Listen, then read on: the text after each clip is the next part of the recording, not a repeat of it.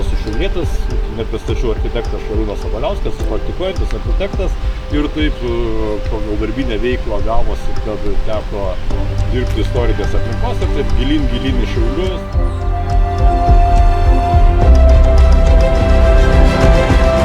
Ir ko pasekoje miestas prarado apie 65% savo pastatų.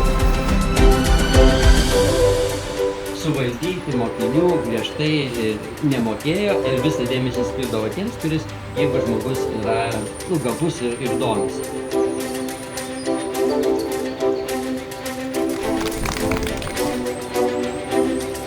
Patalpinti į kalėjimą, kuris atliks klausimą.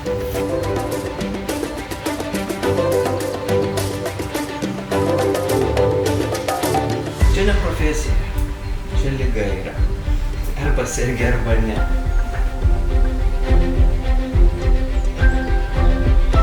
Tas seniausias statinys iš vidaus, čia unikaliai sunkus projektas buvo.